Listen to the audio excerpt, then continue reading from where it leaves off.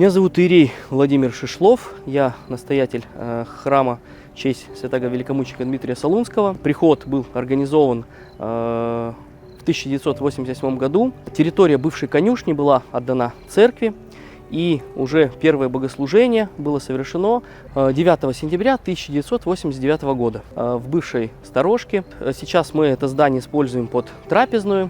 Позже, уже в 1991 году, началось строительство вот этого самого храма, который стоит у меня за спиной. Он каркасно-камышитовый.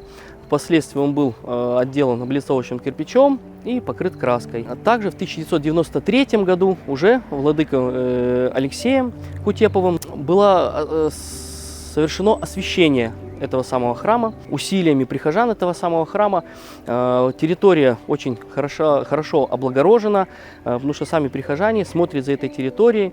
Впоследствии был насажен очень прекрасный плодовый сад, благодаря которому у нас есть и черешня, и вишня, и грецкие орехи, и другие плоды.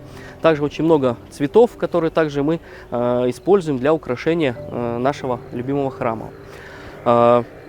Первым настоятелем этого храма был протоиерей Геннадий Агеев, который как раз таки был инициатором основания этого прихода. По благословению Высокопреосвященнейшего Александра, митрополита Астанайского и Казахстанского, в 2010 году было начато строительство колокольни, которая была освящена в 2015 году, которая теперь радует нас своим звоном и по сей день. Период с 1991 года и по 2024 год настоятелями этого храма были очень благочестивые и трудолюбивые священнослужители, которые очень много сделали. Это такие священнослужители, как отец Геннадий Гришанов, отец Александр Юркин, до них был отец Виктор.